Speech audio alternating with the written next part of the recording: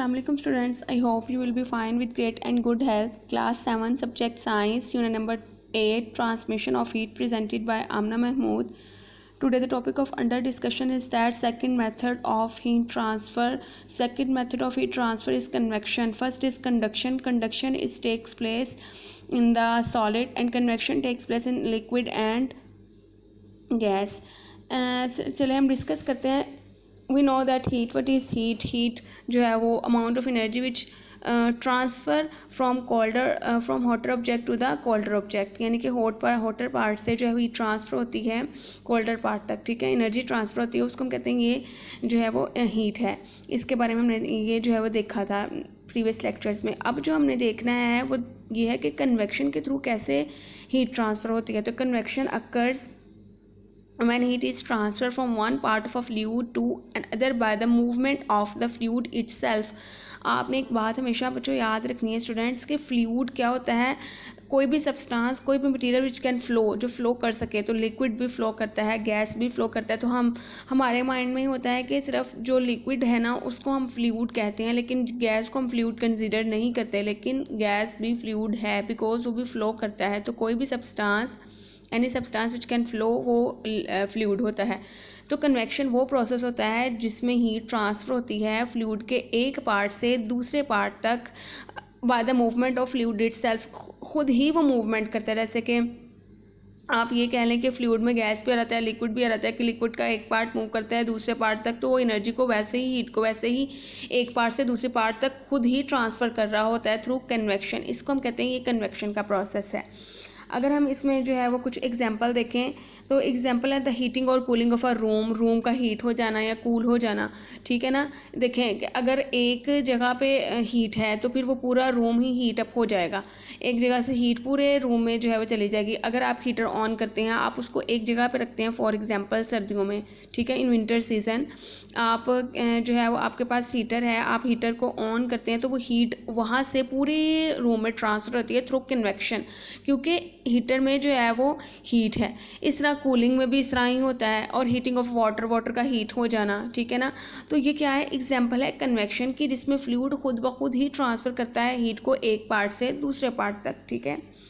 Next है हमारे पास के कुछ पॉइंट्स हैं, जैसे कि लिक्विड और gases heats up by convection. हमें पता है कि लिक्विड और गैसेस जो है हीट अप होती हैं कन्वेक्शन के through. Since liquid and gases expand, liquid और गैसेस एक्सपैंड भी होती है. एक्सपैंड मतलब होता है फैल जाना, फैलाओ.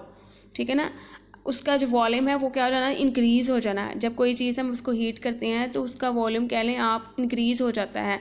ठीक है, वो एक्सपैंड हो जाता है. ठीक है. When heated this makes them less dense. अब उसका वॉल्यूम जो है वो जैसे वो एक्सपैंड हुआ है, जब वो एक्सपैंड हुआ है तो वो उसकी डेंसिटी और वो लाइटर हो जाता है. ठीक है. उसने किसकी बात की है, लिक्विड और गैसेस की. जब लिक्विड और गैसेस को आप हीटअप करते हैं तो वो एक्सपैंड हो जाती है. एक्सपैंड जब होती हैं तो वो लेस डेंस, यानी कि उसकी डेंसिटी कम हो जाती है और लाइटर हो जाती हैं. ठीक है. नेक्स्ट अगर हम देखें तो हमारे पास इस रीज़न क्या है, due to the warmer layer of a liquid और गैस और लिक्विड में जो वार्मर लेयर है, वार्मर लेयर मतलब कि जो गर्म लेयर है वो ऊपर की तरफ मूव करती है, और जो कोल्डर लेयर है वो नीचे डाउनवर्ड मूव करती है. और इस तरह ये कन्वेक्शन का प्रोसेस होता है. ये एक जो है वो प्रोसेस है कि वार्मर लेयर जो है वो ऊपर की तरफ मूव करती है और जो कोल्डर लेयर है वो नीचे की तरफ मूव करती है. और इस तरह ये जो कन्वेक्शन करंट है वो सेटअप रहता है. ठीक है. और इसके जो है वो वजह है. नेक्स्ट अगर हम देखें तो आपने देखा होगा कि एप्लीकेशन इसकी कन्वेक्शन की बहुत सारी एप्लीकेशन है. आप सर्दियों में जो है वो वूलन क्लॉथ्स पहनते हैं, गर्म कपड़े पहनते हैं. क्योंकि गर्म कपड़े जो है वो आपको क्या रखते हैं, गर्म रखते हैं.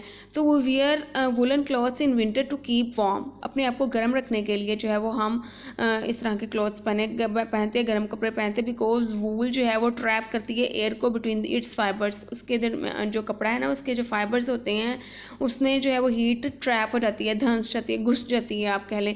और वो जो है वो हीट फिर बाहर नहीं निकलती. ठीक है.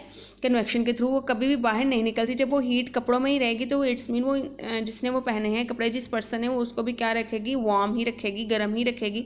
तो इसकी कितनी अच्छी जो है वो एप्लीकेशन है कि हम गर्मियों में जो वूलन क्लॉथ्स पहनते हैं तो उसके जो फाइबर्स हैं वो उसको हीट को ट्रैप कर लेते हैं और कन्वेक्शन के थ्रू वो बाहर नहीं निकल सकते।